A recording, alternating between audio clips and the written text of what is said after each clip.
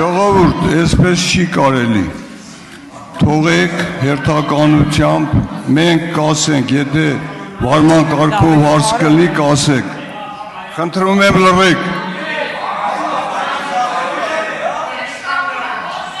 հարգելի գործընկերներ, ազգային ժողովի կանոնակարգ սահմանադրական օրենքի մի խանգարեք, 33-րդ հոդվածի երրորդ մասի համաձայն ողջունի ելույթից հետո պատգամավորները երդվում են, երդման տեքստը ձեզ բաժանված է, այժմ ես կընթերցեմ տեքստը, ժողովուրդ, ես զգուշացնում եմ, մի րոպե, կանոնակարգ օրենքի համաձայն, եթե կխանգարեն, մենք ձեզ կզգուշացնենք, երկրորդ անգամ արդեն ուրիշ երևույթներ կլինի, խնդրում եմ, մի րոպե լսեք, դուք եկել եք խանգարելու համար, այսպես չի կարելի։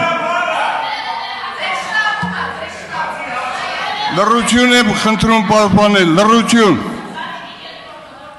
Այժմ կընթերցեմ տեքստը, որից հետո բոլորս միասին կերդվենք։ Հանուն Հայաստանի Հանրապետության հարատևության, անկախության, ինքնիշխանության և հզորացման երդվում եմ բարեխղճորեն կատարել ժողովրդի ներկայացուցիչի պարտականություններս, պահպանել Հայաստանի Հանրապետության սահմանադրությունը և օրենքները, նպաստել Հայաստանի Հանրապետության պետականության ամրապնդմանը և շահերի պաշտպանությանը,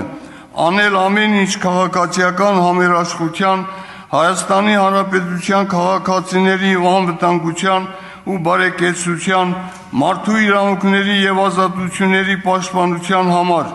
փառք նահատակներին և կեցցե Հայաստանի Հանրապետությունը, երդվում եմ։